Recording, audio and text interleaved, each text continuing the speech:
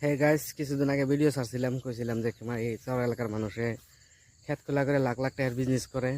তো ওই দিন এগুলা পাট ছোট ছোট ছিল, দেখেন আজকে কত বড় বড় হয়ে গেছে আর কি।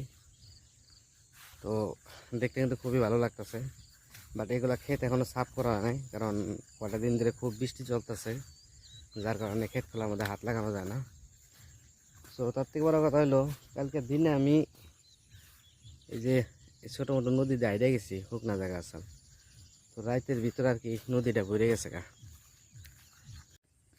তো ধারাবাহিক বৃষ্টির কারণে আর কি এই নদী ভরে গেছে। দেখেন কালকে এনটা শুকনা আছিল আর কি, বাট আজকে নদী আর কি পুরা ভরে গেছে।